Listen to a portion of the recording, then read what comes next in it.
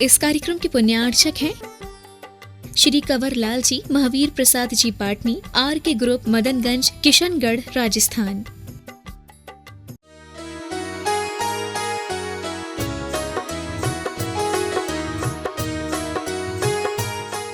एक उसमें अर्घ है वीर वंश की वृद्धि करने वाला। आप ये ना सोचें कि वह केवल हमारे कुल की, हमारे गोत्र की वृद्धि करे। आपके मन के भाव होने चाहिए कि वो वीर भगवान के वंश की वृद्धि करने वाला हो। ऐसा पुत्र आपको जन्म देना है जिसके माध्यम से धर्म की ध्वजा फहराई जाए, धर्म का एक महान आचार्य बने। और आप भाव करने में कंजूसी ना करें। आचार्य कहते हैं कि अगर आपको अपने पुत्र का उत्तम संस्कार करना है तो आपको ये भाव करना है कि मेरा पुत्र अरिहंत बने, मेरा पुत्र सिद्ध बने। इस तरह के मंत्रों के संस्कार अगर आपके द्वारा दिए जाएंगे तो इस धरती पर ऐसे पुत्र जन्म लेंगे जिनके माध्यम से इस तरह से धर्म की प्रभावना होगी कि वह प्रभावना आगे आगे के समय पर भगवान के तीर्थ को बढ़ाने वाली होगी। और ऐसे मंत्र संस्कार मैं चाहता हूं कि जो भी दंपति पुत्र आदि की भावना रखते हैं, अपने लिए गर्भाधान आदि के संस्कारों के माध्यम से एक उत्तम कुल को वृद्धि करने वाले पुत्र की भावना रखते हैं, वो इन मंत्रों को पढ़ें, इन मंत्रों के संस्कारों को ध्यान में रखें। और ये जो मंत्र यहाँ आज बताए जा रहे हैं, इन मंत्रों के संस्कार की विधि से अपने लिए एक उत्तम योग्य पुत्र की प्राप्ति भी करने का भाव रखें। वह 3 महीने के बाद में फिर से एक प्रीति मंत्र का संस्कार किया जाता है और उसमें मंत्र पढ़ा जाता है, त्रैलोक्य नाथो भव।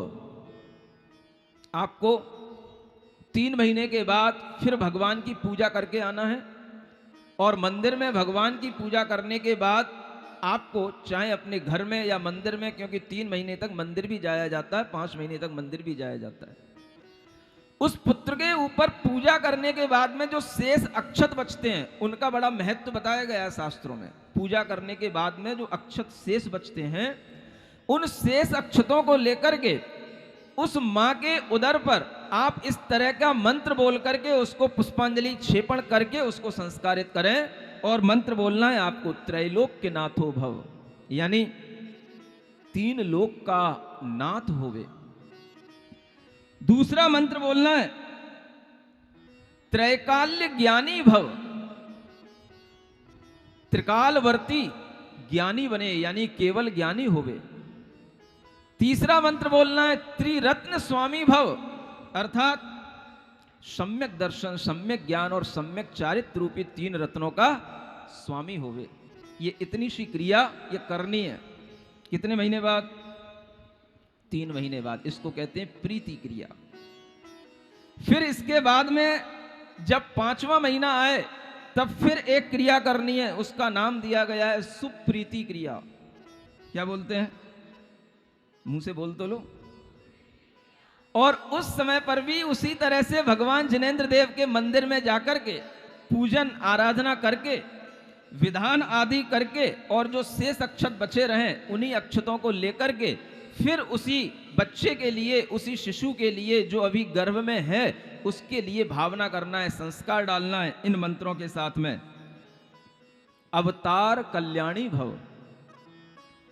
दूसरा मंत्र बोलना है, मंदरेंद्र अभिषेक कल्याण भागी भव, यानी मंदर पर्वत पर, सुमेरु पर्वत पर अभिषेक करने का कल्याण वाला यह बालक बने। ऐसी उत्कृष्ट भावना तो करो। आज भावना करोगे, आज का संस्कार जरूरी नहीं कि आज ही वह सुमेरु पर्वत पर अभिषेक को प्राप्त हो जाए, लेकिन आगामी भव में उस जीव के अंदर अगर आपने संस्कार डाल दिया तो वह किसी ना किसी भव में जरूर इस तरह की योग्यता धारण कर सकता है कि वह भी तीर्थंकरों की तरह सुमेरु पर्वत पर अभिषेक को प्राप्त हो सकता है। लेकिन आप लोगों को लगता है हमारा बेटा ऐसा कैसे कर सकता है, और अगर बेटा करेगा तो फिर तो वो घर छोड़ के चला जाएगा, मेरी मोह की पूर्ति कैसे होगी। ऐसे मोही कामी लोगों से कोई धर्म की प्रभावना नहीं हो सकती, ऐसे रागी लोगों से कुछ धर्म का लाभ नहीं हो सकता। आप लोगों को अपने विचार बहुत उदार बनाना है और इस तरह के विचार संस्कार के माध्यम से देने के लिए आचार्यों ने कहा है, वह मैं आपको बता रहा हूं, ताकि सभी लोग बड़े बड़े ग्रंथ नहीं पढ़ पाते हैं, उन्हें पता नहीं होता कि ग्रंथ में कहाँ क्या लिखा है। मैं आपको सरल से वह विधि बता करके बताना चाहता हूं कि इतना सुनने के बाद में आप ये संस्कार करके अपने बच्चे के लिए इस तरह की भावना कर सकते हैं जो यहाँ बताई जा रही है। फिर तीसरा मंत्र पढ़ना है, निष्क्रांति कल्याण भागी भव, अर्थात तपो कल्याण का भागी होवे, तप कल्याणक होवे इस बच्चे का। और फिर चौथा मंत्र पढ़ना है, अरहंत कल्याण भागी भव, यानी कि यह बच्चा केवल ज्ञानी बने, अरहंत भगवान के समो शरण का पात्र बने। परम निर्वाण कल्याण भागी भव, इस तरीके के उस बच्चे को संस्कार देने की भावना करें। और ये संस्कार तभी दे सकेंगे जब आपके अंदर भी कुछ संस्कार होगा, आपके अंदर भी कुछ इस तरह की भावना होगी। ये कब की क्रिया हो गई? 5 महीने वाली क्रिया। सुप्रीति संस्कार हो गया। और इसके बाद में फिर 7वें महीने में क्रिया की जाती है जिसका नाम है धृति संस्कार। कौन सा? मुंह से तो बोलो। उस समय पर फिर मंत्रों का उच्चारण करना, उसी तरह से पूजन करना, मंदिर में जाना, से साक्षात बच्चे उनको लेकर के उस मां के उदर पर रख करके उस संस्कार को करना। सज्जाति दात्री भागी भव, सदग्रही दात्री भागी भव, मुनीन्द्र दात्री भागी भव, सुरेंद्र दात्री भागी भव, परम राज्य दात्री भागी भव, आरहंत दात्री भागी भव, परम निर्वाण दात्री भागी भव। क्या अर्थ है इसका? सदग्रही दात्री भागी भव, अर्थात ये सदगृहस्थ का पद देने वाला हो, महामुनि का पद देने वाला हो, सुरेंद्र पद को देने वाला हो, ऐसे ऐसे पदों को देने वाला यह जीव हो। ऐसे मंत्रों के संस्कार उसके 7वें महीने में किए जाते हैं। और फिर उसके बाद में 9वें महीने में फिर संस्कार करना है। सुन रहे हैं? कौन सा? 9वें महीने का संस्कार मोद संस्कार कहलाता है। क्या बोलते हैं? और उस महीने में जब ये मोद संस्कार हो, तब उस समय पर फिर वही भगवान के मंदिर में जाकर के पूजन करके, हर तरह से उत्सव मना करके, फिर से साक्षात लेकर के, अगर वह मां भगवान के मंदिर में जाने के योग्य उस समय पर नहीं रहती है तो वह घर में ही रहे, लेकिन उसका पति इस तरह का पूजन आदि करके आए और से साक्षात लेकर के आकर के उस पुत्र के ऊपर संस्कार करे। उस समय वह मंत्र पढ़े, सज्जाति कल्याण भागी भव, सदग्रही कल्याण भागी भव, वैवाह कल्याण भागी भव, मुनीन्द्र कल्याण भागी भव, सुरेंद्र कल्याण भागी भव, मंदिराभिषेक कल्याण भागी भव, यौ राज्य कल्याण पद भागी भव, महाराज्य कल्याण भागी भव, परम राज्य कल्याण भागी भव, और आरहंत कल्याण भागी भव। ये मंत्र पढ़ना है 9 महीने पर। उसके बाद में प्रसूति होती है, जात कर्म संस्कार होते हैं, उसको प्रियोद भव संस्कार कहा जाता है। और उस समय पर भी इसी तरह से मंत्रों के उच्चारण के माध्यम से वह मंत्र संस्कार की क्रिया की जाती है। और इस तरह से ये मंत्र संस्कार, एक तरह से हम ये समझ रहे हैं कि माता पिता ने पारसनाथ भगवान के उस गर्भ में आए हुए जीव के ऊपर कर दिए हैं, कर दिए।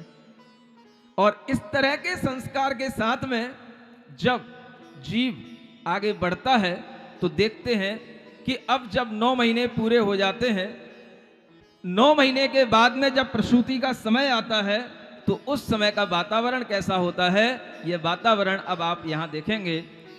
मंगल भवन अमंगल हारी, पारसनाथ जगत हितकारी, सुख संपत सब ही घर आवे।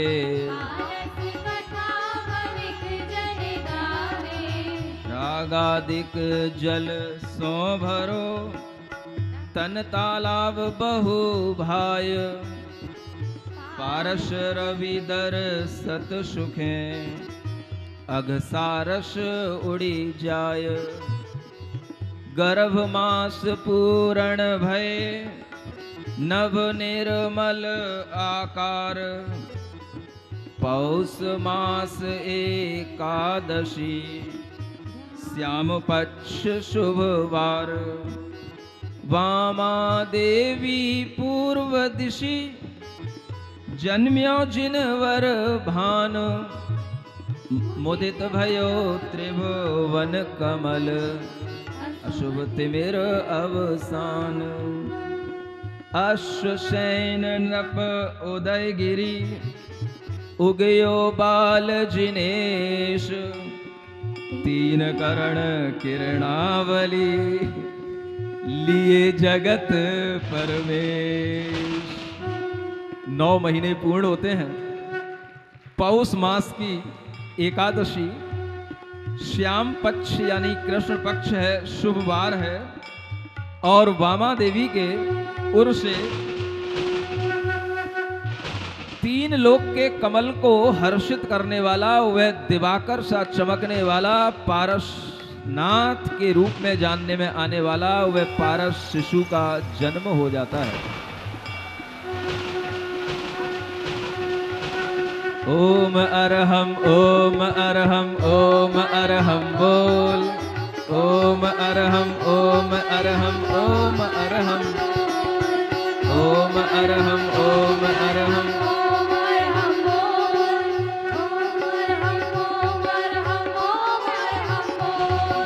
सभी कार्य की सिद्धि से तू पहले इसको बोल। सभी कार्य की सिद्धि से तू जय पारस जय पारस जय पारस बोल। जय पारस जय पारस जय पारस बोल। जय पारस जय पारस जय पारस बोल। जय पारस जय पारस जय पारस बोल। ओम अरहम नमः ओम अरहम नमः ओम अरहम नमः ओम अरहम नमः ओम अरहम नमः।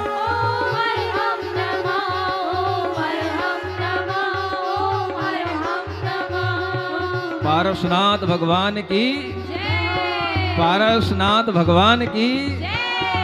पारसनाथ भगवान की जय। जब वह जन्म होता है, क्या इस विश्व के अंदर होता है, पहले हम उसको सुनते हैं और उसके बाद में उसका दृश्य आगे देखने को आपको मिलेगा। जन्म्यो जब तीर्थंकर कुमार तिहु लोक बड़्यो आनंद अपार। दिखे नव निर्मल दिशि अशेष कहीं आंधी मेघ न धूलि लेश। अति शीतल मंद सुगंध वाय सो बहन लगी सुख शांति दाय।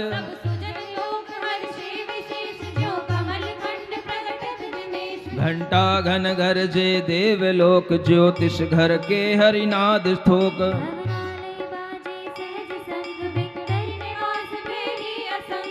तीनों लोकों में एक क्षण के लिए आनंद छा जाता है। देवलोक का आनंद अद्भुत होता है।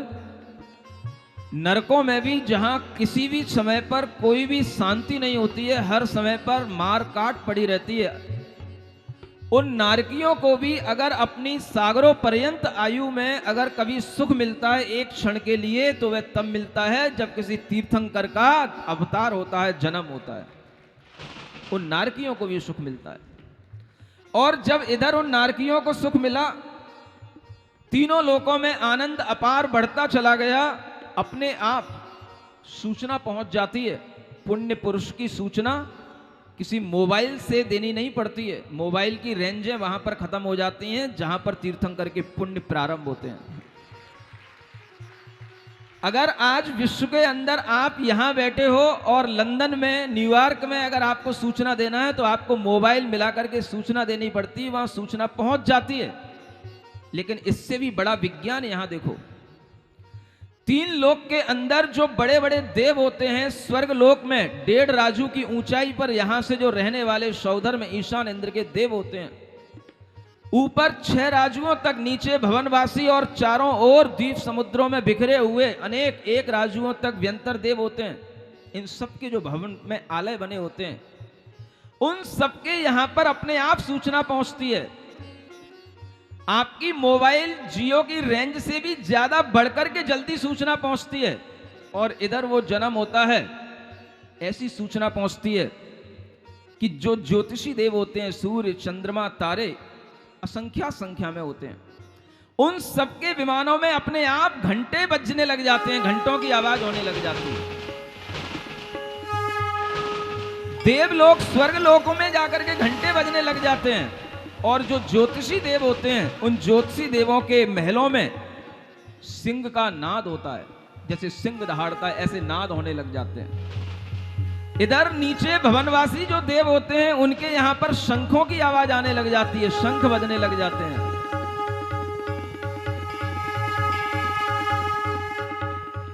और जो सभी द्वीप समुद्रों में रहने वाले व्यंतर देव होते हैं, उनके यहां पर असंख्यात भेरियों की आवाज आती है, भेरी तुरही, बड़ी बड़ी तुरही की आवाज आती है।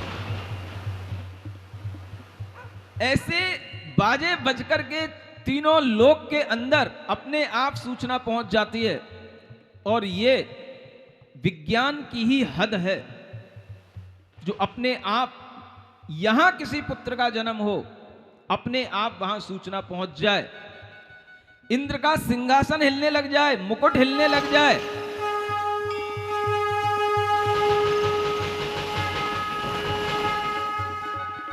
सोचने को मजबूर हो जाए, ये क्या हो रहा है, सिंहासन क्यों हिल रहा है। ऐसा विज्ञान जो आज हमें थोड़ा सा दिखाई देता है कि आज हम 2-4 हजार किलोमीटरों तक कुछ मोबाइल की रेंज में अपनी बात कर पाते हैं, लेकिन ये तीर्थंकरों को बात नहीं करनी पड़ती है, अपने आप इनके लिए वह पुण्य के योग से, वायु के माध्यम से और इस महास्कंद में फैली हुई तरंगों के माध्यम से उस पुण्य का प्रभाव वहां तक पहुंच जाता है, और सब इंद्रों को, देवों को वह अपने आप सूचित हो जाता है कि आप कहां सो रहे हो, कहां बैठे हो। बनारस में पारसनाथ भगवान का जो गर्भ कल्याणक मनाने के लिए आप पहुंचे थे, आज उनका जन्म हो गया है, जन्म कल्याणक मनाना।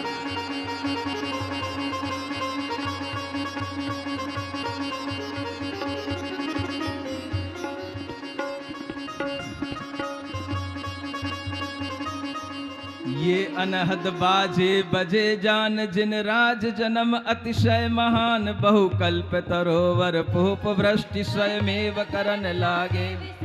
इंद्रासन कांपे अकस्मात, ये करण किधौ सारथ सुजात। जिन जन्म भयो बहुलोक माही, उच्चासन अब तुम जोग नाही। आनम्र भये मणि मुकुट एम, श्री जिन प्रतिकरण प्रणाम जेम। ये चिन्ह देखी इंद्रादि देव, तब अवधि ज्ञान बल जान वेद। निर्धार बनारसी नगर थान, तीरथपति जन्म्यो आज अजान। जन कल्याणक करन काज, उद्यम आरंभ्यो देवराज। परिवार सहित सब इंद्र नाम, आए मिल प्रथम सुरेंद्र धाम। नाना विध वाहन चढ़ी जे, जिन भक्ति करे संचित दे। सप्तांग सैन सब चली एम, यह महाजलद की लहर जेम। हाथी रथ बायक वृषभ बाज, गायन नर्तकी सेना समाज। और जब इंद्रों का आसन कंपायमान होता है, वह समझ लेते हैं कि अब हमें उच्चासन पर नहीं बैठना है, क्योंकि उच्चासन पर बैठने के लिए कोई दूसरा पैदा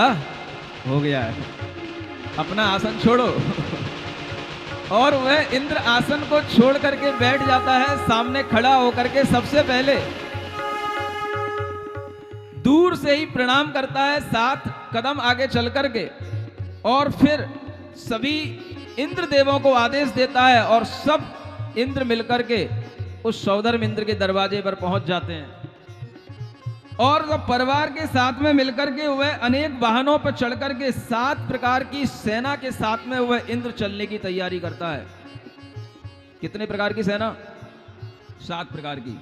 एक हाथियों की सेना होती है, दूसरी रथों की सेना होती है, तीसरी पैदल चलने वालों की सेना होती है, चौथी वृषभों की बैलों की सेना होती है, पांचवी गायन करने वालों की सेना होती है, छठवीं नृत्य करने वाले नर्तकियों की सेना होती है, और सातवीं अनेक प्रकार के पैदल चलने वाले अनेक देवों की सेना होती है। ऐसी वह सप्तंग सेना एक साथ चलती है।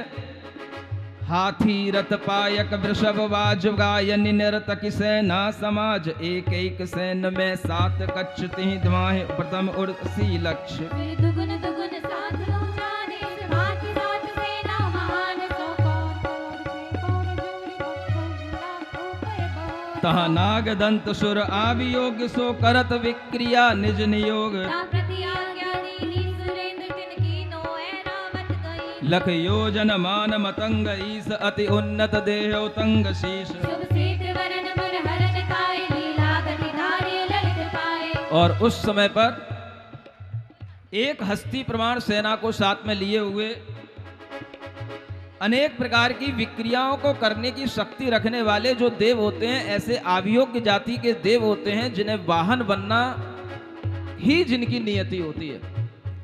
इंद्र आज्ञा देता है और एक ऐसा ऐरावत हाथी का वह विक्रिया बना करके देव तैयार करता है जो 1 लाख योजन विस्तार वाला होता है।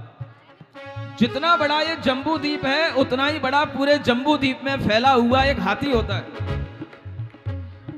सफेद वर्ण का। उसकी लीला, उसकी गति देख करके ही बनती है, और उस हाथी का वैभव, उसका सौंदर्य एक अद्भुत रस पैदा करता है। मद जीवन कलित कपोल श्याम, नख विद्रम वर्ण वनो अभिराम। सब लस सुलक्षण अंग अंग नहीं गिनी जाहि, जिस छवि कर। गंभीर घना घन घोष जास, बहु सुंदर सुंड सुगंध सांस। सो काम रूप के काम गौन, जा देखे वो हर दीन मौन। घन घोरत घंटा लंब मान, मणि घूंघुर माला कंठ थान। सो हर पाखर सो दिपे दे, संपादित मानो सरन में। वह हाथी अद्भुत होता है, जिसके गंड स्थल से हमेशा मद झरता रहता है, जिसके अंग अंग बहुत ही अच्छे लक्षणों से सुशोभित हो रहे हैं, और जिसकी छवि देख करके दूसरे देव भी आश्चर्य कर रहे हैं। जब वो गरजता है, गंभीर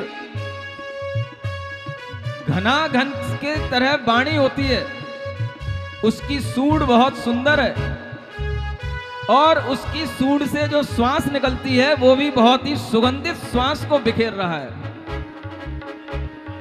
अनेक तरह की सुंदरता को धारण किए हुए देवों को भी मोहित करने वाला वह ऐरावत गजेंद्र, मणियां, घूंघुर, मालाएं, कंठ में अनेक तरीके के घंटों को लटकाए हुए और तरह तरह की ध्वनि करते हुए ऐसा सुशोभित हो रहा है कि जैसे मेघ से बिजली निकलती है और उस बिजली की जैसी चमक होती है, ऐसी चमक की तरह वह हाथी पूरे जम्बू द्वीप में सुशोभित होता हुआ। उस हाथी की शोभा देखिए। 100 बदन विराजत शोभवंत, एक एक बदन में 8 दंत प्रति। प्रतिदंत सरोवर एक दीस, सरकर है कमलिनी 125। उस हाथी का एक मुख नहीं है, 100 मुख हैं। मनुष्यों, तुम कैसे कुछ भी इस विक्रिया शक्ति को कर पाओगे? तुम तो केवल एक प्रतिरूप बना सकते हो, लेकिन विक्रिया शक्ति करने वाले देवों में यह अद्भुत शक्ति होती है कि वह 100 मुख बना करके और एक एक मुख में 8-8 दांत बना करके उस हाथी की आप शोभा का अंदाजा लगा सकते हैं। ये अद्भुत रस होता है जो केवल भगवान के जन्म के समय पर ही होता है। एक एक मुख में 8-8 दांत हैं, और एक एक दांत इतने बड़े बड़े हैं कि उस पर सरोवर लहरा रहा है। सरोवर, तालाब है बड़ा बड़ा, एक एक दांत पर इतने बड़े बड़े दांत हैं। 1,00,000 योजन का हाथी होगा तो उसका मुंह भी बहुत बड़ा होगा, उसके दांत भी बहुत बड़े होंगे। तुम्हारा पूरा आगरा, क्या पूरा यूपी एक दांत के एक सरोवर के बराबर भी नहीं बैठेगा। और उन सरोवरों पर अनेक कमलिनियां होती हैं।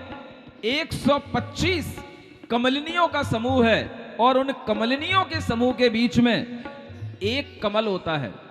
एक एक कमलनी प्रतिमहान 25 मनोहर कमल ठान। प्रति कमल 108 पंत्र शोभा वरनी नहीं जाए तंत्र। उन एक एक कमलनी को लिए हुए 25-25 कमल होते हैं और एक एक कमल पर 108 पत्ते होते हैं और उन पत्तों पर देवियां खड़ी होकर के नृत्य कर रही होती हैं। ऐसा वह ऐरावत हाथी का दृश्य होता है। पत्रन पर नाचे देवनार जगमोहत जिनकी छवि निहार। तिस हाथी ऊपर सची संग सौ धर्म सुरगपति मुदित अंग। चंद्रोपम चामर छत्र शीस 10 जाति कल्प सुर सहित ईश। उस हाथी के ऊपर अपनी सची के साथ में वह देवराज इंद्र बैठता है और उसके ऊपर भी चामर छत्र लग रहे हैं, चामर हिलाए जा रहे हैं इंद्र के साथ में। इंद्र के ऊपर 10 जाति के कल्प वृक्षों से सहित ईशान प्रमुख देव के साथ में अपने अपने वाहन से चलकर के अनेक देव उस सौधर्म इंद्र के साथ गमन करना प्रारंभ करते हैं। परिजन समेत और हर्ष भाव जिन जन्म कल्याणक करण चाव। उपजो कोलाहल गगन थान सब दिस दिखे वाहन विहान। विकसत मुख अप्सरा एम य खिल्यो कमलनी बाग जेम। चंद्रादि ज्योतिषी पंचजात 10 भेद भवनवासी विख्यात। अनेक प्रकार का आकाश में कोलाहल हो रहा है और चारों तरफ देवों के विमान ही विमान दिख रहे हैं। जैसे आप लोगों के यहाँ पर कोई महोत्सव होता है तो चारों तरफ गाड़ियां ही गाड़ियां दिखती हैं, ऐसे आकाश में विमान ही विमान दिखाई देते हैं।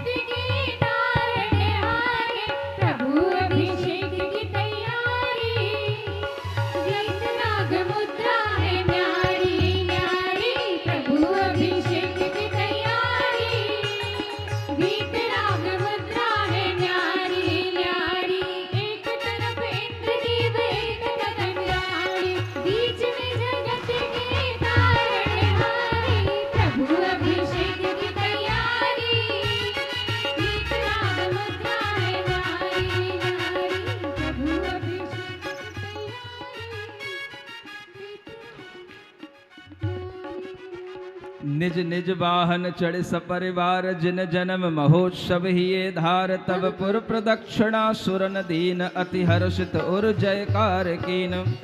अपने अपने वाहनों पर चढ़ करके सपरिवार जन्म महोत्सव करने के लिए जब वे बनारस नगरी पहुंचते हैं तो पहले बनारस नगरी की परिक्रमा करते हैं। इतनी पवित्र नगरी मानी जाती है जहां पर भगवान का जन्म होता है और आपका यह आगरा भी आज पवित्र हो गया है जहां पर पारसनाथ भगवान की यह जन्म की कथा आपको दिखाई दे रही है। तब इंद्र बधु अति रंजमान सो गई गुप्त जिन जन्म थान वन बीथी मारक गगन रोक सब ठाड़े देवी देव थोक सब सक्र सची मिले भूप के आए घर आंगन भयो ने देखी जिन मात सपुत्तताम पर दक्षिण दे कीनो प्रणाम। उस समय पर देखो अनेक तरह के देव आ गए, दिल्ली से भी देव आ गए, अपने आप मुजफ्फरनगर से भी आज देव आ गए और बॉम्बे से भी देव आ गए हैं, अलग अलग जगहों से। और ये पूरे मथुरा 84 के जम्बू स्वामी सिद्ध क्षेत्र स्थली से अनेक देव एक ही भेष में लोकांतिक देव ब्रह्मलोक के उतर करके आ गए हैं और अनेक तरह की देवियों से भरा हुआ यह सारा का सारा नगर का परिसर जो आपको दिखाई दे रहा है, इस परिसर की तरह ही वहां बनारस नगर में चारों ओर देव और देवियों के आगमन से वाहनों से ठसाठस भरा हुआ। जब वह मनुष्य लोग ऐसे वातावरण को देखते हैं तो आश्चर्यचकित हो जाते हैं। उस समय पर वह इंद्राणी शची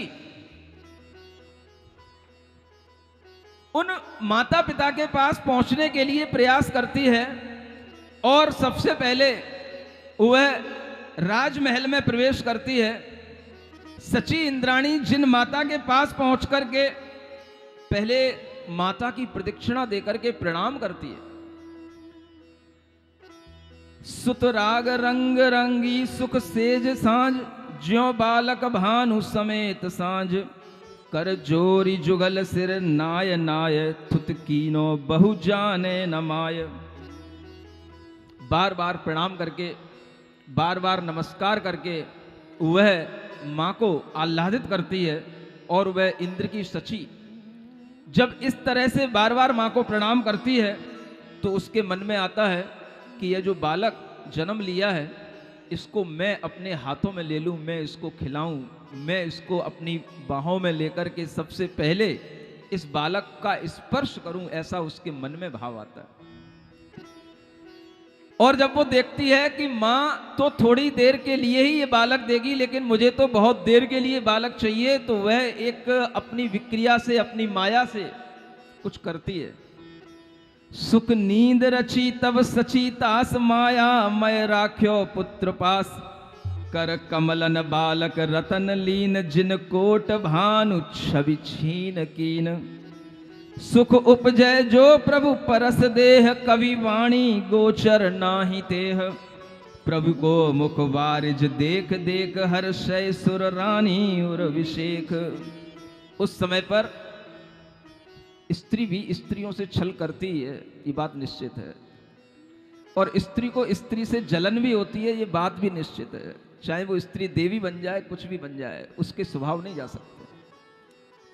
जब वह देखती है कि ये माँ इतने सुंदर बालक को अपने पास में लिए हुए है, तो वह सची देवी के अंदर एक ईर्ष्या उत्पन्न हो जाती है और वह उसको एक मायामयी नींद में सुला देती है। और जो बालक उसके पास में रखा हुआ है उसको अपने हाथ में ले लेती है और वहां पर एक मायामयी बालक को रख करके उसका स्पर्श करके इतना आनंदित होती है कि कोई भी कवि, कोई भी विद्वान उस आनंद का वर्णन करने में समर्थ नहीं हो पाता है। तो उसे सिर्फ एक ही बात कहनी पड़ती है, ओम अरहम ओम अरहम ओम अरहम बोल। ओम अरहम ओम अरहम ओम अरहम बोल। सभी कार्य की सिद्धि से तू पहले इसको बोल। सभी कार्य की सिद्धि से तू पहले इसको बोल। जिसने भी यह मंत्र पढ़ा, जिसने भी यह मंत्र पढ़ा, सारा ही दूर किया। जिसने भी इसको ध्याया, सुख का पारावार लिया। सुख का पारावार लिया। सुख का पारावार लिया। इसकी महिमा, इसकी शक्ति नहीं सका कोई तौल। इसकी महिमा, इसकी शक्ति नहीं सका कोई तोल। ओम अरहम ओम अरहम ओम अरहम बोल। ओम अरहम। ओम अरहम ओम अरहम बोल। वसु मंगल दरव विभूति सार, दिश दिव्य कुमारी अग्रचार, ई विदिशौ धर्म सुरेश नार। आन्यो शिव कन्या वर कुमार। देखियो हरि बालक चंद जाम, आनंद जलधि उर बढ़्यो ताम। सिरनाए इंद्र निज बार बार, धुत कीनी कर जुग शीश धार। छवि देख निपति नहीं हो ये लेश, तब सहस आंख कीनी सुरेश। करि नमस्कार निज गोद लीन, ईशान इंद्र सिर छत्र दीन। ता सनत कुमार महेंद्र सोए, चामर ढारे चंद्र दोय। ब्रह्मादि सुर जय नंद नंद बोले विशेष। और उस समय पर जब वह इंद्राणी उस प्रसूति गृह से बालक को लाकर के इंद्र देवराज सौधर्म इंद्र को प्रदान करती है, तो वह सौधर्म इंद्र भी इतना आनंदित होता है कि वह बार बार नमस्कार करके, स्तुति करके, उस बालक को बहुमान दे दे करके, और अपनी 2 आंखों से जब वह तृप्त नहीं होता है तो 1000 आंखें बना करके उस बालक की छवि को निहारता है। इंद्र का एक नाम सहस्र नेत्र, सहस्राक्ष इसीलिए पड़ा है। इंद्र के एक नाम सहस्राक्ष को इसी रूप में कहा जाता है कि जब वह 1000 आंखें बना बना करके अपनी विक्रिया शक्ति से उस बालक की छवि को देख देख करके संतुष्ट नहीं होता, तो आप समझ सकते हैं कि वो बालक कितना सुंदर होगा। उस बालक की सुंदरता का वर्णन आप इसी बात से समझ सकते हैं कि उसे लेने के लिए हर कोई लालायत है, लेकिन वह सबसे पहले इंद्र के हाथ में आया, और इंद्र के हाथ में आने के बाद इंद्र उस बालक को तुरंत नहीं देता किसी को। जब वह बालक को लेकर के चलने लग जाता है तो ईशान इंद्र उन सौधर्म इंद्र के ऊपर छत्र तान करके सनत कुमार महेंद्र इंद्र उनके दोनों ओर चमर ढोते हैं, और ब्रह्मवासी स्वर्ग के देव इंद्र आकर के, मथुरा 84 के भाई, जय जय नंद नंद वर्द वर्द ऐसे आशीष दे करके आनंदित होते हैं। इन गुरुकुल के बच्चों को भी बुला लिया जाए और ये बालक को आशीष देंगे, जय जय नंद नंद वर्द वर्द।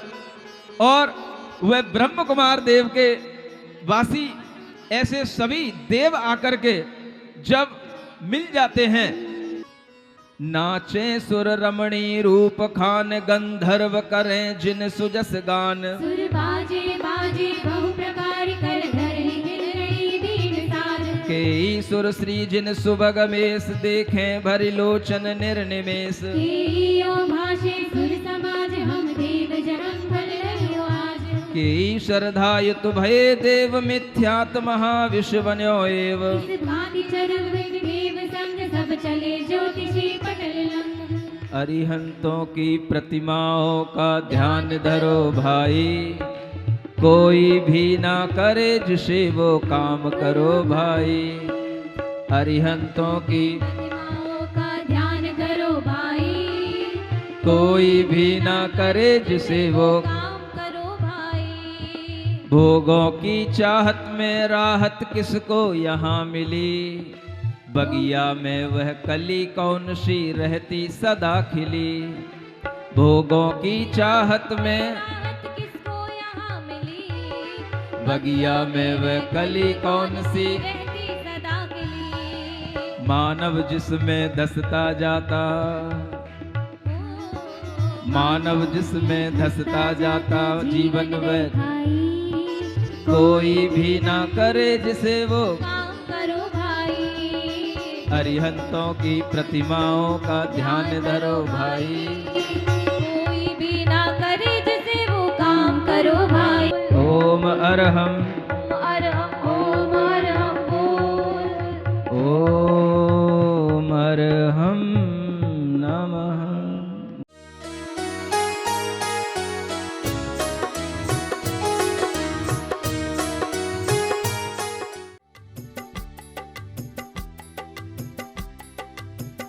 इस कार्यक्रम के पुण्यार्चक थे श्री कंवर लाल जी, महावीर प्रसाद जी पाटनी, आर के ग्रुप, मदनगंज, किशनगढ़, राजस्थान।